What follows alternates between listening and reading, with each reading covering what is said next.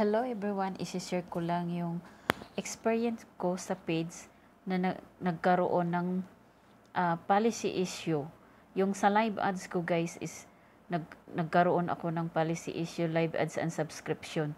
So wala akong choice kundi i-delete ko lahat ng live videos ko sa live para magiging okay ulit yung page ko.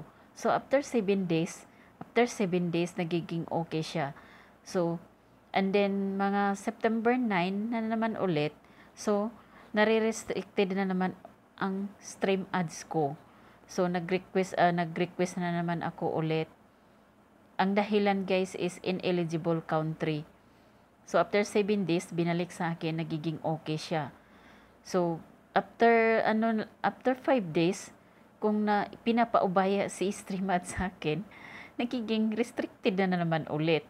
Na dahil ang reason na naman is the same reason na ineligible country and then limited and originality content. So yung limited and originality content guys, wala akong ibang idea kundi dinilit ko yung nakuha kong video galing sa ibang apps na pinopost ko sa Reels lang naman ko siya pinopost.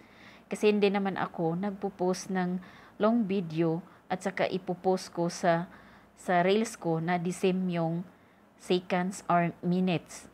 So, yung ano talaga is dati kasi nagpo-post ako ng 2 to 3 minutes na video sa long video. So, yung ano na naman is mag-edit talaga ako ng 90 seconds sa Reels. So, yung dahilan talaga is yung limited and originality content, yung funny videos na nakuha ko sa TikTok. So, yun, dinilit ko yun. Tapos, nag-submit ako ng request ulit. And then, after 7 days, hindi pa rin siya nagiging okay.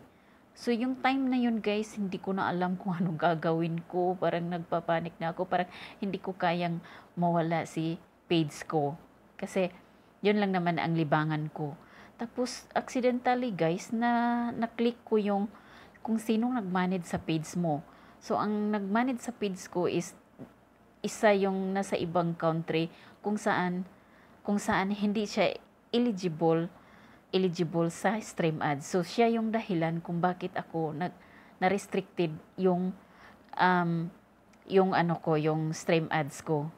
Tapos pinakausapan ko siya na kung maari aalis siya sa page ko para magiging okay ulit. So pagkatapos niyang umalis sa page ko guys, nag-submit ako ulit. So after siguro an hour lang siguro na nagiging okay yung stream ads ko. So masaya ako kasi naibalik sa akin ulit.